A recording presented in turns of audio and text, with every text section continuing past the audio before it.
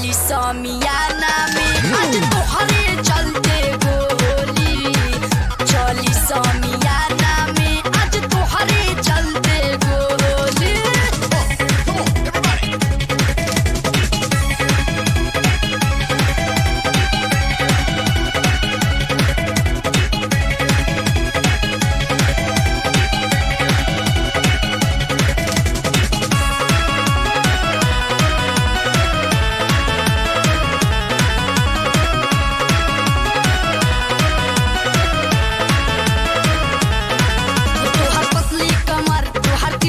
नजर दिल कैले बचोरी हो, कारी कजरा के धार लागे जान मार बाड़ू रूप के कटोरी हो।